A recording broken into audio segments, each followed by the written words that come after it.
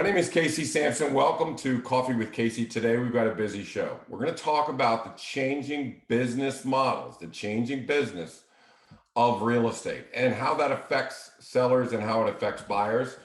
I'm going to show you a chart that's going to just knock you out. You're not going to believe what you're going to see today. We will talk about the market. When is the best time to sell? I have preferences on when I think the best time is to sell. You sell when they yell and you buy when they cry. And that is never more true than today. So we're going to talk about that. We're also going to talk about how much money is at risk when you list your house. I mean, what really is at risk? And are we talking about $10,000, $20,000, $30,000? How about $300,000? If you're going to put a house on the market for $150,000 or $1.5 million, you have a $300,000 swing. And I'm going to show you actual model that shows this. Some people sell for 150 under market value. Some people sell for 150 over market value. We're going to talk about how to do that. So there's a tremendous amount of money at risk. And I'm going to tell you how to get the most out of it. All right.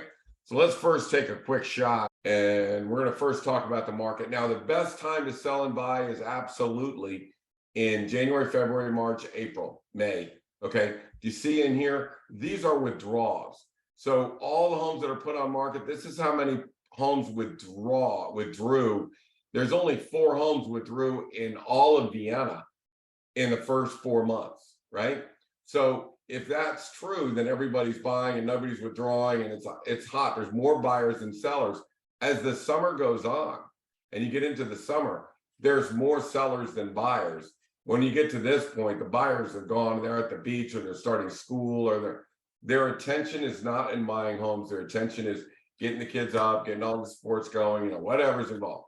So there are more homes that withdraw in October, September, times like that, right? So the best time is really to sell in that early part of the year. You can see we're starting all over again in January and February of this year, only 4 and 5 respectively. This is because people are overpricing their house and they still need to learn a little bit.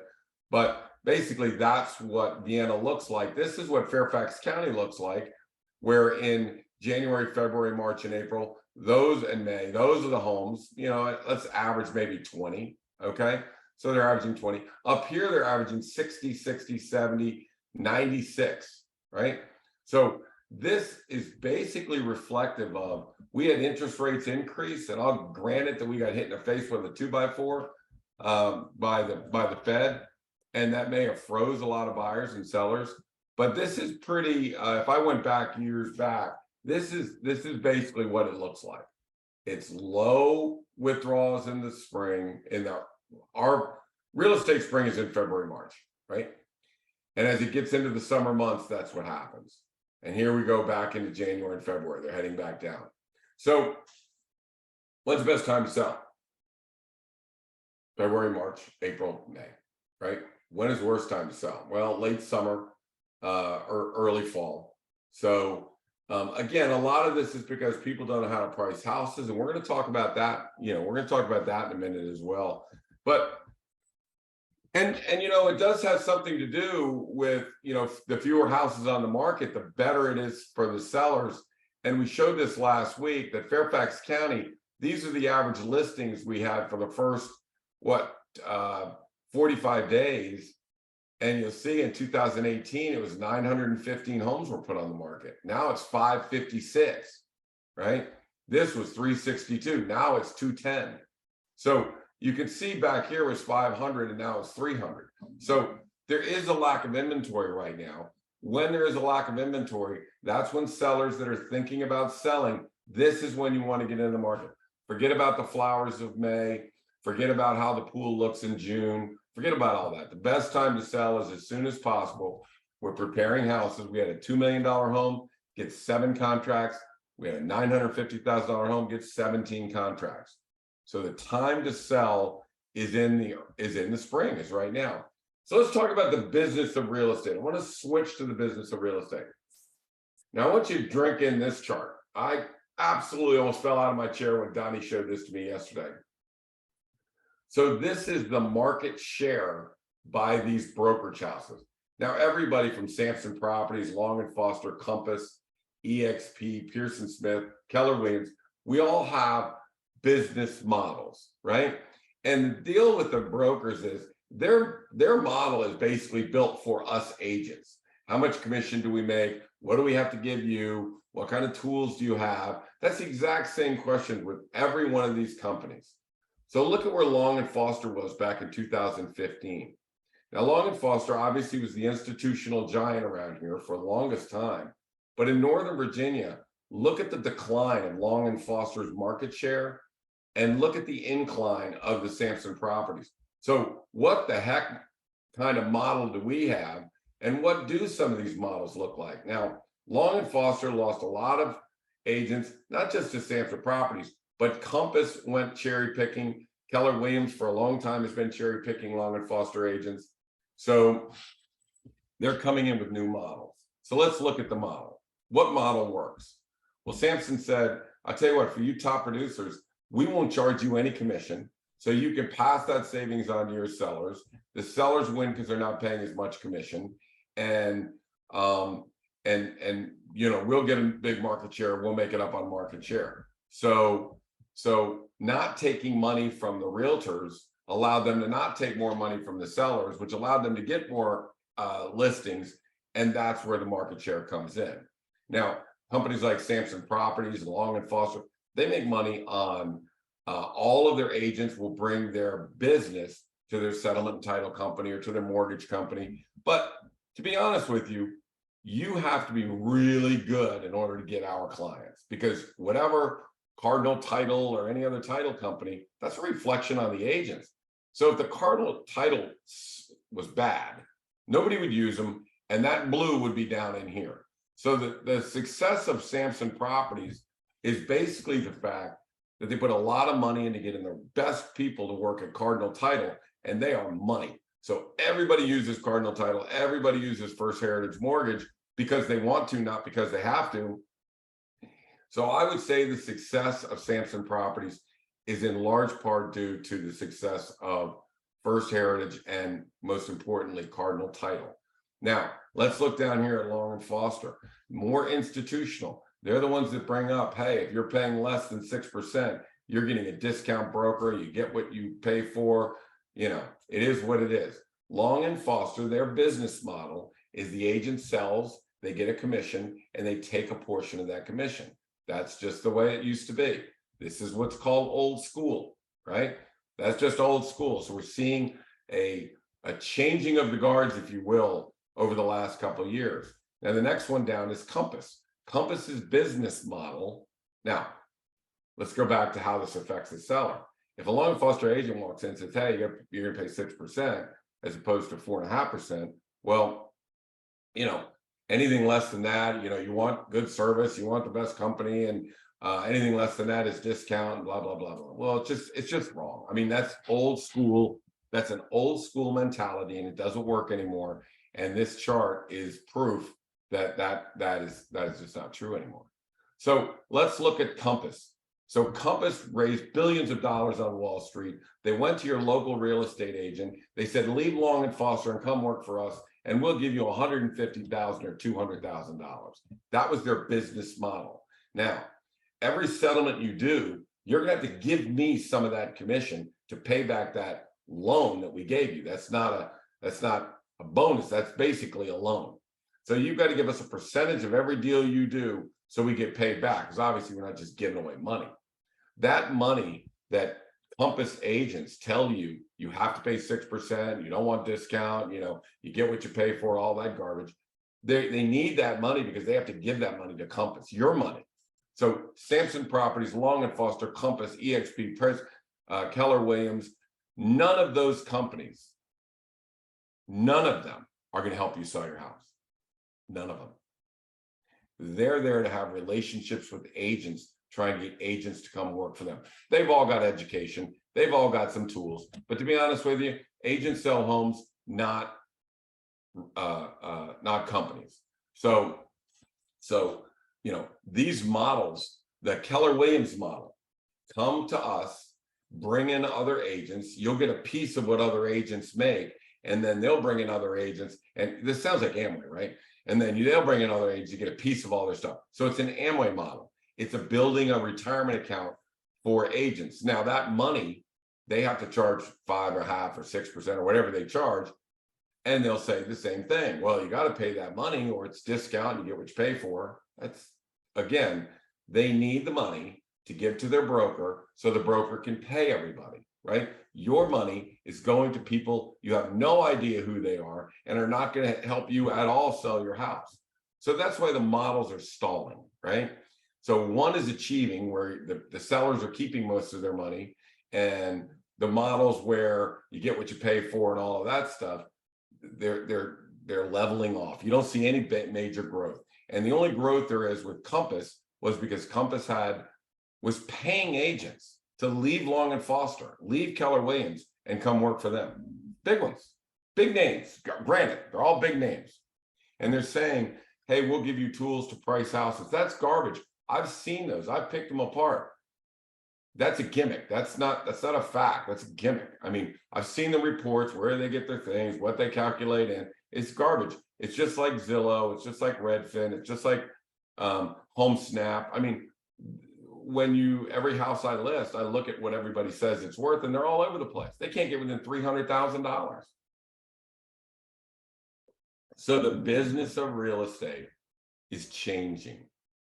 The agents that get to keep their money are growing because they can offer better service. I mean, we offer to our clients a thing called geofencing and, the Google ads and all that stuff. Why? Because we can afford it, because I'm not paying Samson Properties a bunch of money. Take that money, give some to the seller, but invest it in all of these tools. We did $160 million last year.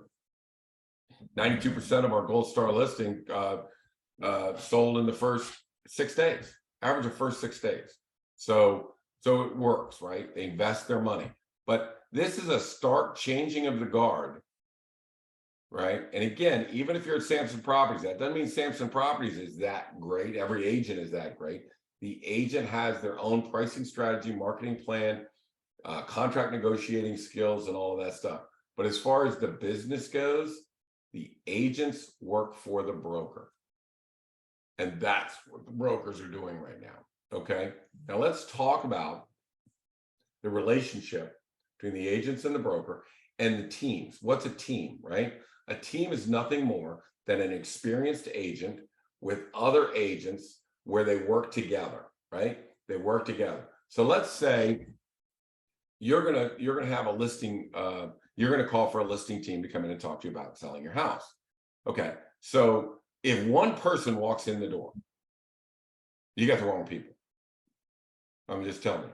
If you have one agent walks in your door, you got the wrong group. Because if the agent is really good, then they're going to have a clientele, and the clientele is going to refer people to them. And just because they're good, they're going to have a lot of business because they're good. They have a good pricing strategy. They have a good marketing plan. They sell houses. They know what to do in contract negotiation. They're very good.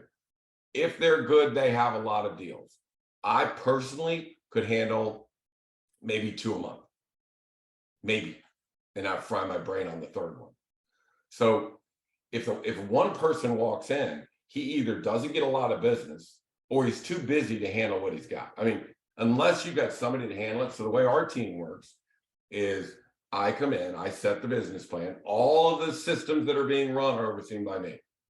All the pricing, all the marketing, all the, preparation of the house, But there's 100 things that have to be done on every listing. And you better have a big time agent helping you with that. So when I walk in by myself, and I have Kelly, Morgan, Colby, Pat, Billy, Pam. I have a rock star sitting next to me, a rock star, because they're really the ones that are going to make all of these systems work for that seller. They've all been with me 5-10 years, so they all know what we're doing. They run the systems. So when you see one person walk in the door, either they don't have enough business to keep them busy, or they're going to be too busy to handle. I mean, if they have a lot of business, there's no way they can handle more than 2 a month. So I think that I like the team concept. I like the team concept. So I adopted that and we went with this team concept. And in fact, we're taking our tools and we're working with agents like Ferris Eways over in Aldi and Johnny G. Grzeka over in Jahelka over in Haymarket. Why? Because they're rock stars. They're just using our systems and our marketing and our pricing and all that. We're the backbone of these agents. And there will be an agent in all these markets that will be, but they're going to be the one guy. And then they've got operations people running their stuff too, right? So we're just the back office. They're going to use our pricing model because I got news for you. There's nothing close to it. And I'm going to go over one here in a minute, okay? So when you're looking at the companies, this is pretty obvious. Some systems are working. When you look at an agent, you should be looking at a team, and not just a team, but a smaller team where you meet with the principal, right? Let's say there's a Kerry Scholl team. You're not going to meet with Kerry Scholl. Kerry Scholl's out recruiting agents and trying to get Zillow leads for their client, for all their agents. They're training agents, all that crap. I don't want any new agents. I've got experienced agents. Everybody's an experienced agent, right? So you won't meet, if it's a big team, you don't meet with the principal. You're going to basically work with one person, and really, can they get all this work done? I don't think so. I want my fingerprints on every single one of them. That's why I can't get too big, right? I have to be at the listing appointments. I have to see and touch and feel the house. Pricing is critical because there is a lot of money at stake, right? A ton of money at stake. So I'm going to go over that here in a second. All right. So when we go to the business model, so let's say the home sales price is $1.3 million and the commission at 3% to the listing agent. Now you're going to pay 2.5% to the selling agent. So that's why it's a 5.5% total or 6% total. Then they're going to keep 3.5%. But let's just say for most of them, it's 5.5%. That's a $39,000 commission. 13 goes to the company, 26 goes to the agent, and they get a minimal amount of listings because they are trying to charge a lot of money. They're trying to charge this, right? Well, if it's 4.5%, right, and we're not cutting anything with Samson Properties, then we can do 6-7 times the business. I'll show you that in a minute too.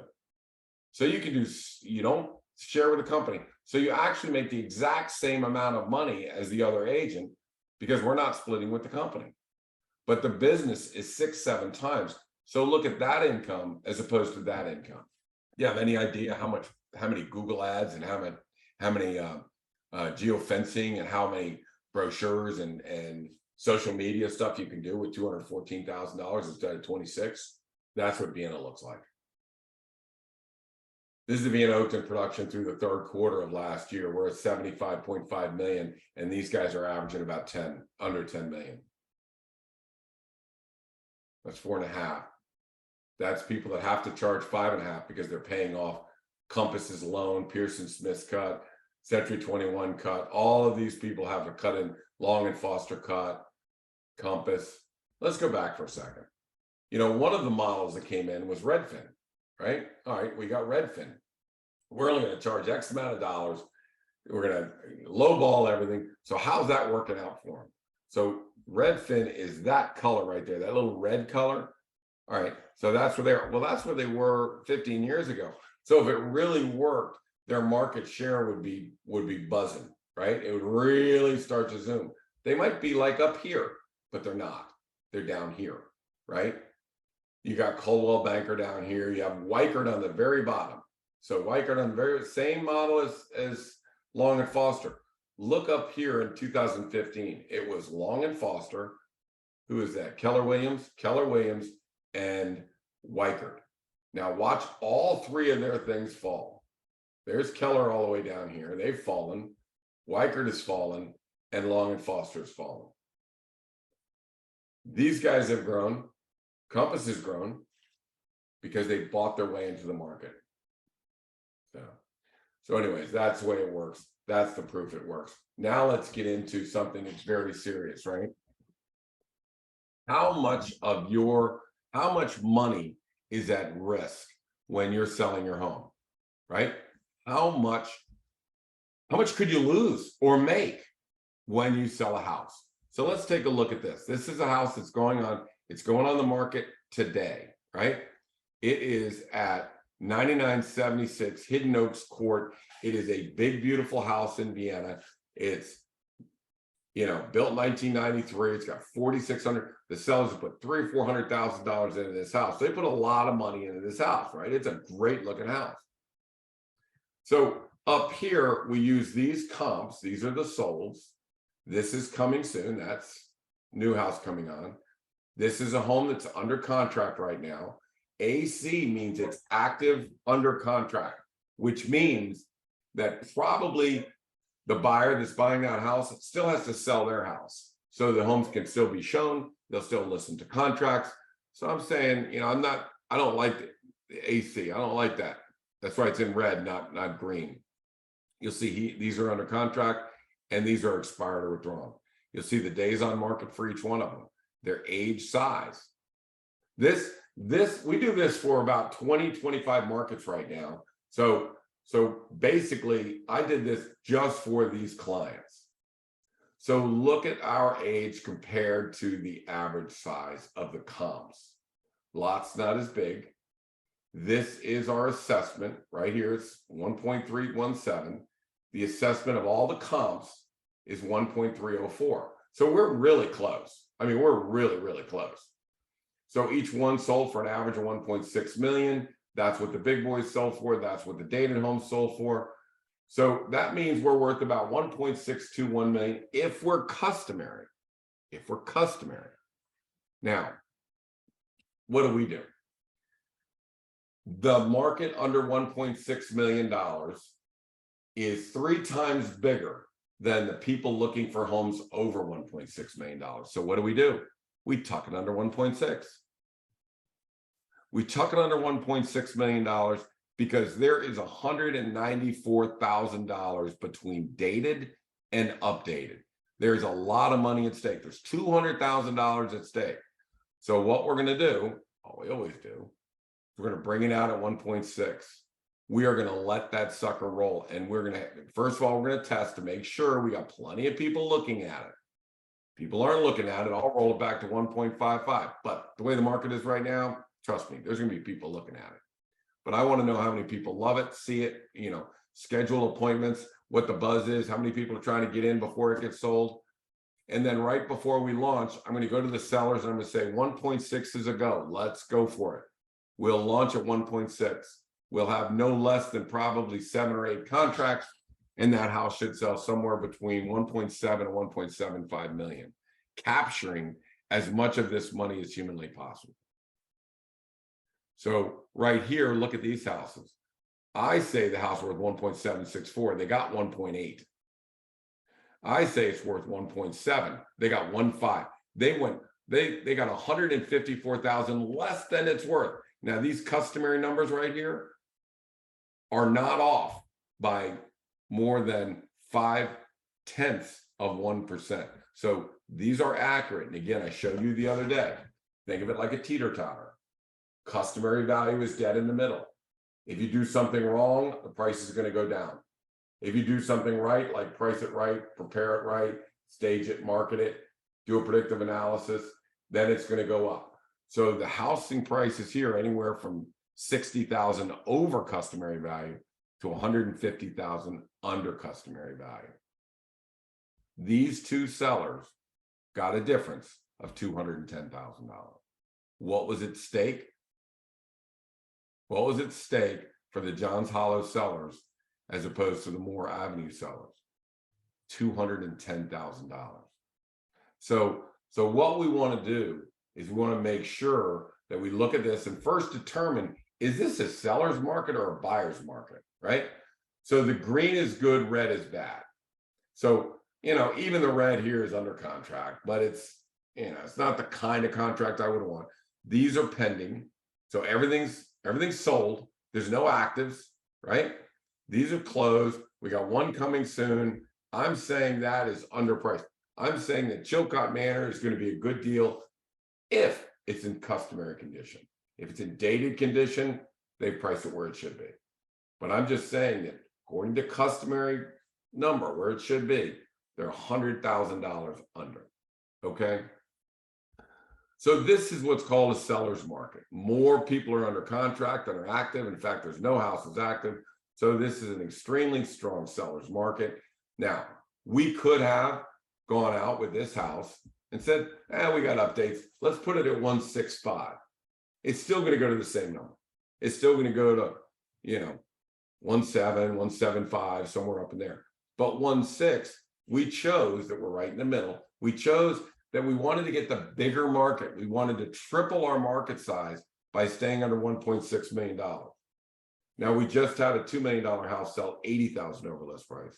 We just had a $950,000 house sell $145,000 over list price. Strategy works. We did $160 million last year. Strategy works. Put it under the major threshold. Get as many people as you possibly can.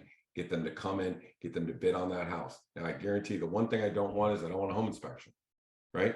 I don't want this house to go through a home inspection.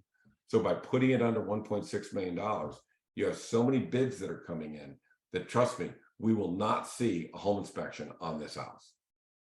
Now, when we're in a buyer's market, buyers want home inspections, right? That's fine.